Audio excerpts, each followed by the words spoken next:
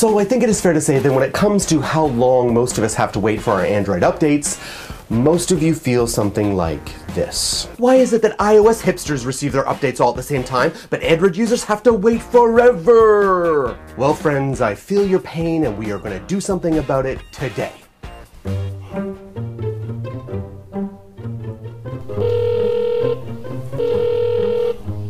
Thank you for calling Google. Yes, hello. May I speak to Larry Page, please? Yes, there is a Larry Page there, you know, big gummy tooth guy, friend of Sergey, CEO, co-founder kind of guy. That Larry Page. Thank you. Larry! Hey, Jayce here from Android Authority. How are you, buddy? Oh, you watch my shows and love it. That's great, that's great. No, you're thinking of Josh. Listen, Larry, we got some serious frustrated Android users here, and they really want you to work on the fragmentation and pushing out those updates all at once. Really? Oh, okay, I will tell them that, but hey, what about the iOS users? They receive all their updates.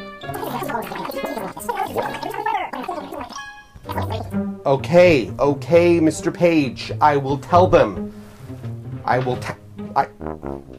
No, I'm not that Jayce from Android Authority you got a restraining order on. That was Joe.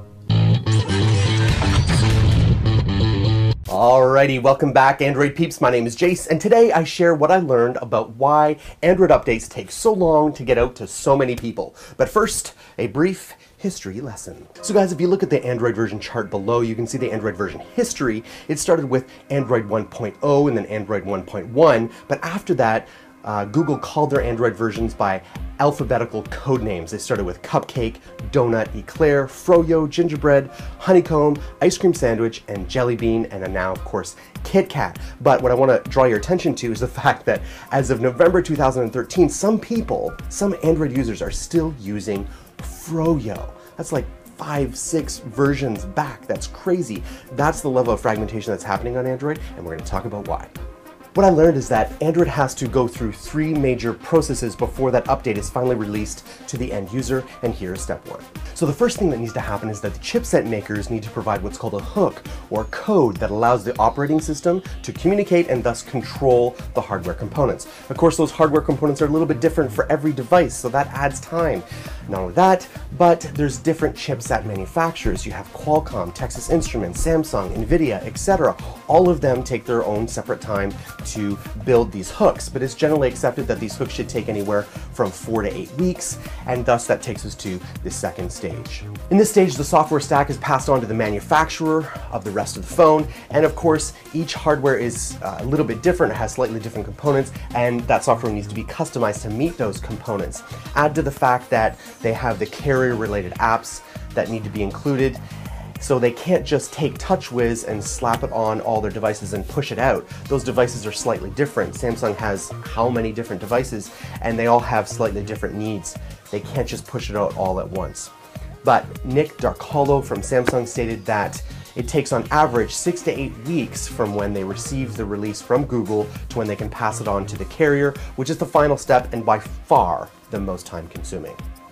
Welcome to the wonderful world of carrier testing. It has been explained to me that it is painstakingly tedious. They have to test not only every phone they plan to offer, but every phone that they've already sold to ensure that the OS operates as advertised. They have to test not just drop testing and hardware testing, all that kind of stuff, but they have to test out the CDMA, GSM, LTE, multiple networks on multiple providers.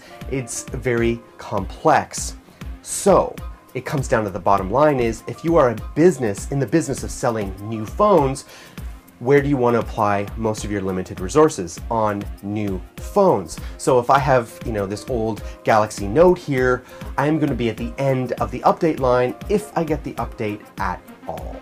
But I know what some of you are thinking. You're thinking, Jayce, those Apple lovers are getting their updates roughly all at the same time. Tim Cook announces an update, and within 2 or 3 weeks, everyone seems to have it. If they can do it, why can't we? Well, the answer is they're not doing it. They're going through all the same hoops that Android has to go to. It's just that Apple announces those updates at the end of that process, whereas Google announces it at the beginning of their release. You see, Google is the platform of an open source or somewhat of an open source operating system, and so they only take it a quarter of the way, although manufacturers and the carriers have to take that release update the rest of the way. Hence the perception that Android takes a really long time, but Apple is almost instant. Well, it's not. The announcement just happens at different times. That's the reason. Alright guys, thanks for watching. I had a lot of fun researching this. If you found this helpful, please kindly give us a like and subscribe. If you have any questions, put them down in the comments below, and I shall see you next week on Android's Q&A.